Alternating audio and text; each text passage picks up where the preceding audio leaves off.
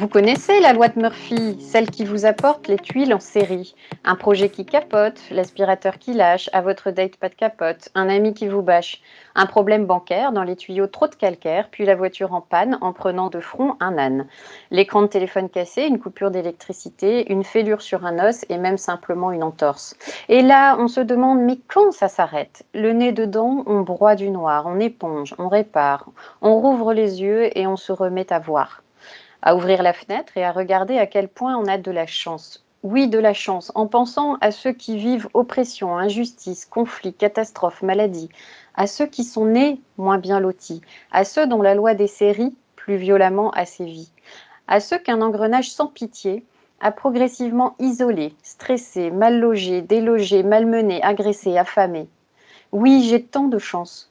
Lutter contre la pauvreté, c'est l'objectif numéro 1 de l'ONU pour le monde.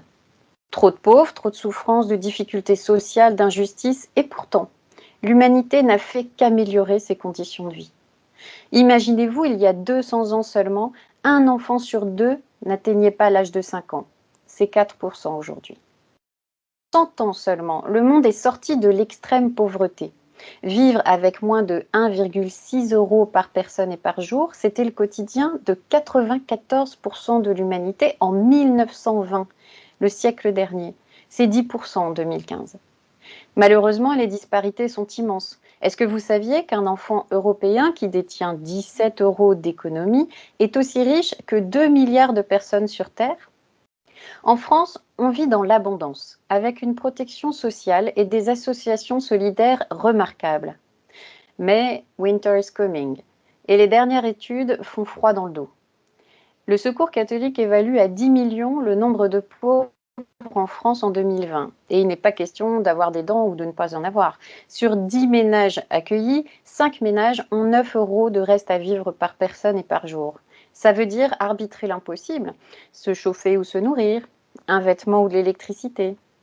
4 ménages sur 10 ne peuvent couvrir leurs dépenses alimentaires quotidiennes. On compterait 8 millions de Français qui ont faim et qui ont besoin de l'aide alimentaire. Ça fait 12% de la population qui est concernée. C'est 8 fois plus que dans les années 80. Les Restos du Cœur affirment que les moins de 25 ans représentent plus de 50% des personnes accueillies et qu'ils ont observé aussi une croissance de 25% des demandes depuis la crise de 2008. Et que restera-t-il de cette crise sanitaire aujourd'hui? Elle tue les petits boulots, elle aggrave les souffrances économiques, sociales, physiques et psychologiques. Le chiffre horreur de l'année, 20% des Français auraient envisagé de se suicider en 2020. À quoi la faute? Tout ce qui contribue à l'isolement, à l'exclusion, avec deux constantes, l'insuffisance et l'instabilité des ressources, première source de stress. Les jeunes, les retraités, les familles, les personnes seules, ça fait beaucoup tout de même. Quel épineux défi que lutter contre la pauvreté. On peut se dire que l'enjeu étant de faire vivre l'humanité sur Terre, forcément notre rapport au travail évoluera.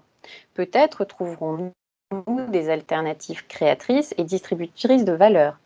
Peut-être devra-t-on réapprendre à cultiver nous-mêmes la terre. Peut-être qu'un revenu universel limitera la pauvreté tout en laissant libre l'ambition personnelle. Peut-être verra-t-on de notre vivant ces transformations profondes. Mais à chaque jour suffit sa peine, et à ce jour, pas de potion magique. Mais dans la marmite, quelques ingrédients clés. Un système solide et de la solidarité. Plus de prévention, plus d'éducation financière pour gérer un budget comme des choix et non des privations, pour éviter l'étouffement par le surendettement. Plus de formation continue pour développer son employabilité. Et plus de soutien financier et humain pour rentrer, naviguer et sortir de la vie active, pour trouver un emploi et même pour le créer soi-même par l'entrepreneuriat. Vous le voyez, ce point commun? C'est d'accompagner chacun d'entre nous pour devenir acteur autonome de sa vie. Ce défi nous revenant à tous, donnons le mot de la fin à Publius Sirius, ce poète latin qui est né esclave et qui a été affranchi. La plus grande pauvreté est celle qui ne peut se passer des choses superflues. Alors que nous serons bientôt 9 milliards d'humains sur Terre, et si nous tentions de marier frugalité et bonheur?